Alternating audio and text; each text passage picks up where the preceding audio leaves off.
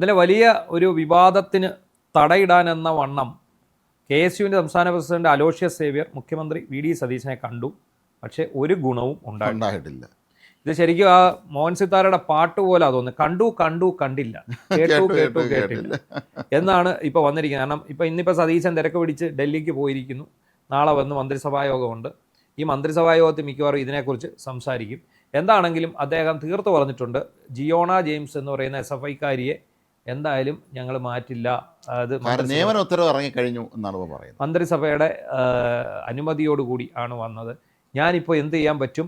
MP ആണ് ശുപാർശ ചെയ്തത്, ലോയേഴ്സ് കോൺഗ്രസ് ആണ് ശുപാർശ ചെയ്തത്, ഞാൻ എന്ത് ചെയ്യാം? ലോയേഴ്സ് കോൺഗ്രസ് പറയുന്നത് ഒരു വിഭാഗം പറയുന്നത് ഞങ്ങൾ ഇത് അറിഞ്ഞിട്ടില്ല, വേറൊരു വിഭാഗം പറയുന്നത് ഞങ്ങൾ തന്നെ ഇതെല്ലാം കണ്ടതെന്നാണ്. ഇതിപ്പോൾ INTUCയുടെ കാര്യം പറഞ്ഞ പോലെ അതെ, ഒരു വിഭാഗം ഒരു INTUC ഒന്ന്, മറ്റൊന്ന് മാത്രം മുൻ പ്രസിഡന്റിന്റെ നേതൃത്വത്തിൽ വേറൊരു വിഭാഗം ലോയേഴ്സ് കോൺഗ്രസിന്റെ ഒരു എത്തുമ്പടി കണ്ടുന്നില്ല ആരൊക്കെയാണ് എന്തൊക്കെയാണ് പറയുന്നത് എന്നുള്ളത്.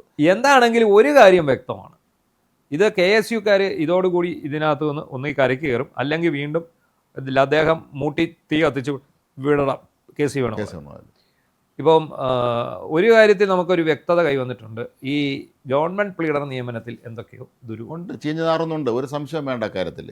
അതുതന്നെയാണ് ഇവിടെ നമുക്ക് മനസ്സിലാക്കാൻ കഴിയുന്നത്. ഇവരെ ഒരു കാരണവശാലും ഇനി മാറ്റില്ല എന്ന് പറയുന്നത് സർക്കാരിനെ സംബന്ധിച്ചിടത്തോളം അവരെ സ്വന്തം ഒരു പോഷക സംഘടനയിലെ സംസ്ഥാന ഭാരവാഹികൾ വന്ന് തട്ടിപ്പാണ് എന്ന് പറയുമ്പോൾ അതിൽ കള്ളമില്ല എന്ന് ബോധ്യമായ സ്ഥിതിക്ക് ഒരു MP ശുപാർശ ചെയ്തു എന്നുള്ള ഒറ്റ പേരിൽ ഞങ്ങൾ മാറ്റില്ല എന്ന് പറഞ്ഞാൽ എന്തർത്ഥമാണുള്ളത്? അതാ MP ശുപാർശ ചെയ്തതിൻ്റെ കാര്യകാരണ സഹിതമല്ല അയാളും പറയുകയുണ്ടായി. പക്ഷേ അതൊന്നും നമുക്ക് ദഹിക്കുന്ന ഒരു കാര്യമല്ല. അവിടെ അലോഷ്യസ് സേവ്യർ ഉന്നയിച്ച പ്രശ്നം ഇപ്പോഴും പരിഹരിക്കപ്പെട്ടിട്ടില്ല. അതുകൊണ്ട് തന്നെ അദ്ദേഹം പറഞ്ഞത് എന്താണ്? ഇന്നലെ ഞങ്ങൾ അദ്ദേഹത്തെ കണ്ട് ആശങ്ക അറിയിച്ചു, മുഖ്യമന്ത്രിയെ കണ്ട് അറിയിച്ചു, ഇവർ SFIക്കാരിയാണ്, അപ്പോൾ ഇവരെ മാറ്റണം. അതുപോലെ കയറി RSSകാരൻ കടന്നുകൊണ്ടിട്ടുണ്ട്, അയാളെ മാറ്റണം. അപ്പോൾ VD സതീശൻ അതൃപ്തി പ്രകടിപ്പിച്ചു, ഫേസ്ബുക്ക് പോസ്റ്റിനകത്ത് അതൃപ്തി പ്രകടിപ്പിച്ചു. അതിനൊപ്പം തന്നെ പറഞ്ഞു, ഇത് മന്ത്രിസഭ തീരുമാനിച്ചതാണ്, മാറ്റാൻ സാധിക്കില്ല. അവരുടെ ലിസ്റ്റ് OS കോൺഗ്രസും MPയും തന്ന ശുപാർശ ഞാൻ ഇതിനകത്തൊന്നും ചെയ്യാൻ എനിക്ക് കഴിയില്ല എന്നാണ് അദ്ദേഹം പറഞ്ഞത്. പക്ഷേ മുഖ്യമന്ത്രിക്ക് കഴിയുള്ളൂ എന്നുള്ളതാണ് മറ്റൊരു കാര്യം. മുഖ്യമന്ത്രിയുടെ കയ്യിലല്ലേ നിയമവകുപ്പിരിക്കുന്നത്, മുഖ്യമന്ത്രി ചെയ്യാമെന്നുള്ളതേ ഉള്ളൂ. ഇവരെ മാറ്റും എന്ന് പറഞ്ഞാൽ ഈ MPയും ബാക്കിയുള്ളവർ തർക്കിക്കാൻ പറ്റും. അത് പറ്റില്ല, SFIക്കാർ ഇവിടെ ഇരുത്തിയേ പറ്റുള്ളൂ എന്ന് ആരെങ്കിലും പറയും? ആരും പറയില്ല. അതെ. അപ്പോൾ ഇതിലൊക്കെ മറ്റെന്തൊക്കെയോ താല്പര്യങ്ങളുണ്ട് എന്നുള്ള കാര്യം ഉറപ്പാണ്. ഇനി മാത്രമേ ജില്ലകളിൽ ലിസ്റ്റ് ആയിട്ടില്ല, നമ്മൾ ഓർത്തോളണം. ജില്ലകളിൽ ലിസ്റ്റ് വരുമ്പോഴായിരിക്കും മൊത്തം CPM ജില്ലാ കമ്മിറ്റി ഓഫീസിൽ നിന്ന് ലിസ്റ്റ് ആയിരിക്കും, അല്ലെങ്കിൽ BJP ജില്ലാ കാര്യാലയത്തിൽ നിന്ന് കൊടുത്തയച്ചതായിരിക്കും അവിടെ ഉള്ളത്. ഇത് ഒരാളുടെ മാത്രമല്ല, ഒരുപാട് പേര് വരുന്നുണ്ട്. അതിനകത്ത് ഇന്നാരോ ഒരു ഫേസ്ബുക്ക് പോസ്റ്റ് ഞാൻ എവിടെയോ കണ്ടു, അതിൽ ഏറ്റവും കൂടുതലുള്ളത് BJPക്കാരാണെന്ന് പറയും. ഈ ലിസ്റ്റിനുള്ളിൽ ഏറ്റവും കൂടുതലുള്ളത് BJPക്കാരാണ് എന്നാണ് പറയുന്നത്. ഇത് പലരും BJPയുടെയൊക്കെ ഇതാണ്. പക്ഷേ ഇവരൊക്കെ ഇപ്പം എങ്ങനെ കോൺഗ്രസ്സിലെത്തി എന്നുള്ളതാണ് കോൺഗ്രസിൻ്റെ പ്രത്യേകത. അതാണ് യഥാർത്ഥ കോൺഗ്രസ്സുകാരൊക്കെ ഇപ്പോഴും വഴിയാധാരം. കഴിഞ്ഞ ദിവസം പറഞ്ഞില്ലേ, നമ്മുടെ സാംസ്കാരിക നായിക കഴിഞ്ഞ സർക്കാർ എന്ന കാലത്ത് സ്ഥാനം നേടിയെടുത്തത് അമ്മയുടെ അച്ഛൻ കമ്മ്യൂണിസ്റ്റ് ആചാര്യനായിരുന്നു എന്നാണ്. ഇപ്പോൾ നേരെ തിരിച്ചാണ്, എൻ്റെ അച്ഛൻ്റെ അച്ഛൻ സ്വാതന്ത്ര്യ സ്ഥാനായിരുന്നു എന്നാണെന്ന് പറഞ്ഞ് അവരെ തമാശ പറഞ്ഞ യാഥാർത്ഥ്യമാണെന്ന് പറഞ്ഞുകൂടാ. ഈ സൈസ് ആളുകൾ ഇഷ്ടം പോലെ ഇപ്പോൾ ഇറങ്ങിയിട്ടുണ്ടെന്നാണ് സ്ഥാനം കിട്ടാൻ വേണ്ടി. ഈ SNDPയുടെ മാനേജ്മെൻറ്റ് സ്കൂളുകളിൽ ഇതര മതസ്ഥരെ ഒരുപാട് നിയമിക്കും. അത് പണ്ട് തൊട്ട് അങ്ങനെയായിരുന്നു. ഇപ്പം പക്ഷേ എനിക്ക് തോന്നുന്നത് കുറവാണെന്ന് തോന്നുന്നു. അപ്പം SNDPക്കാർ വേറെ ഏതെങ്കിലും ഒരു മതസ്ഥാപനത്തിൽ സമുദായത്തിൻ്റെ ഇതിന് ചെന്നാൽ അവരെ അവിടെ അടുത്ത് അവർ അത് മാത്രമേ നിയമിക്കൂ എന്ന് പറയും. ഇപ്പം SNDPക്കാർക്ക് ഒരാൾക്ക് NSS കിട്ടുമോ? കിട്ടത്തില്ല. പക്ഷേ നേരെ തിരിച്ച് NSSകാർക്ക് എത്ര വേണേലും SNDP കാശ് എത്ര തരുന്ന അതനുസരിച്ച് കിട്ടും. അതുപോലെ ഒരു ഏതെങ്കിലും ക്രിസ്തീയ സഭയിൽപ്പെട്ട ഒരാൾ ആ ക്രിസ്തീയ സഭയുടെ സ്കൂളിൽ ചെന്ന് നമ്മൾ പൈസ ആരാം എടുക്കാമെന്ന് ചോദിച്ചു, ഒരിക്കലും എടുക്കില്ല.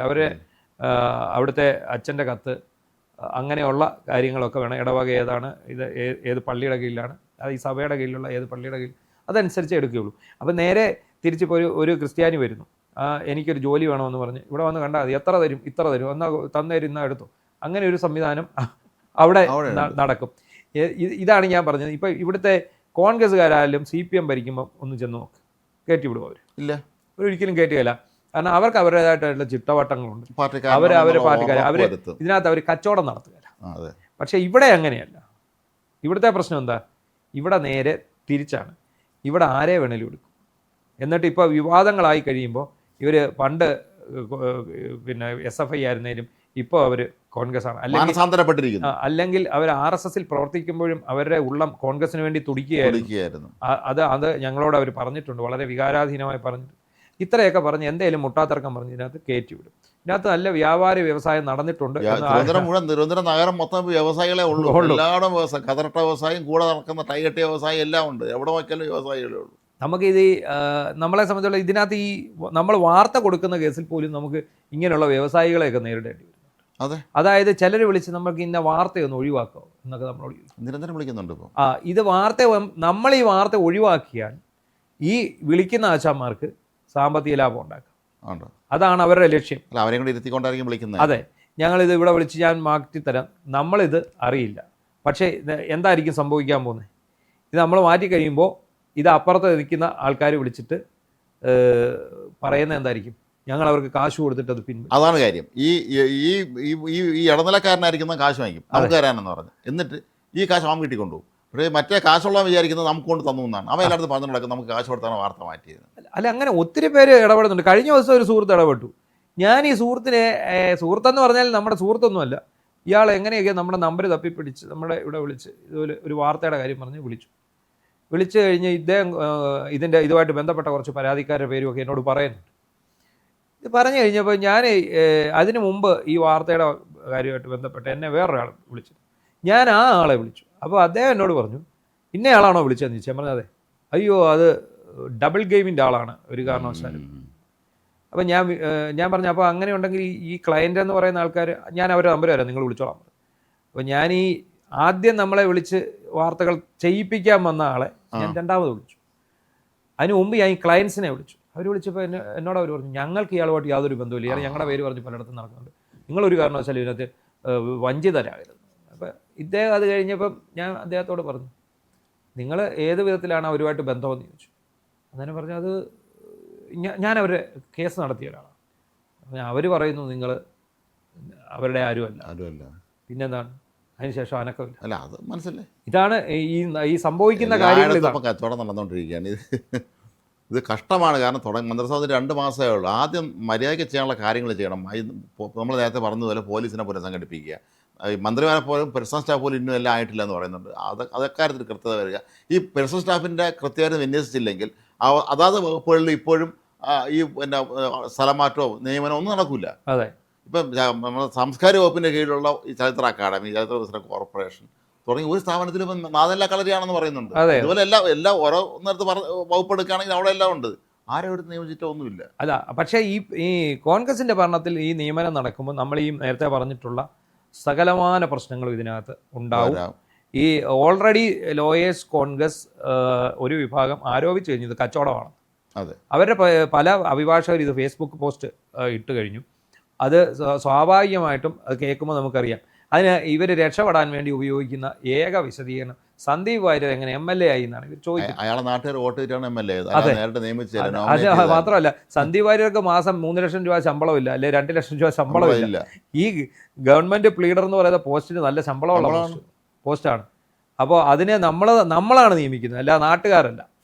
അത് അവിടെയാണ് സന്ദീപ് വാര്യരെ ഏൽപ്പിച്ചത് നാട്ടുകാരാണ്. അതുപോലെ ഇവിടെ നിയമിക്കുന്നത് ആരാണ്? ആരെയാണ് നിങ്ങൾ ഇവിടെ ആരെയാണ് ശരിക്കും നിയമിക്കേണ്ടത്? ഇപ്പം നമ്മൾ കോൺഗ്രസ്സുകാർക്ക് വേണ്ടി വക്കാലത്തെടുത്തിട്ട് പറയുകയല്ല.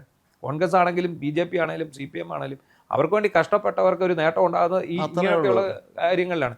എന്താണെങ്കിലും ഇത് KSU പിന്നോട്ടില്ലെന്നൊക്കെയാണ് അലോഷ്യസ് ഇവർ പറഞ്ഞിരിക്കുന്നത്. എത്രത്തോളം അത് നടക്കും എന്നുള്ളതാണ് നമുക്ക് കണ്ടറിയേണ്ടത്. എന്താ ഈ KSU മുഖ്യമന്ത്രി തർക്കം ശരിക്കും തീർന്നിട്ടില്ല എന്ന് വേണം നമ്മൾ ഇതിൽ നിന്നും മനസ്സിലാക്കാൻ.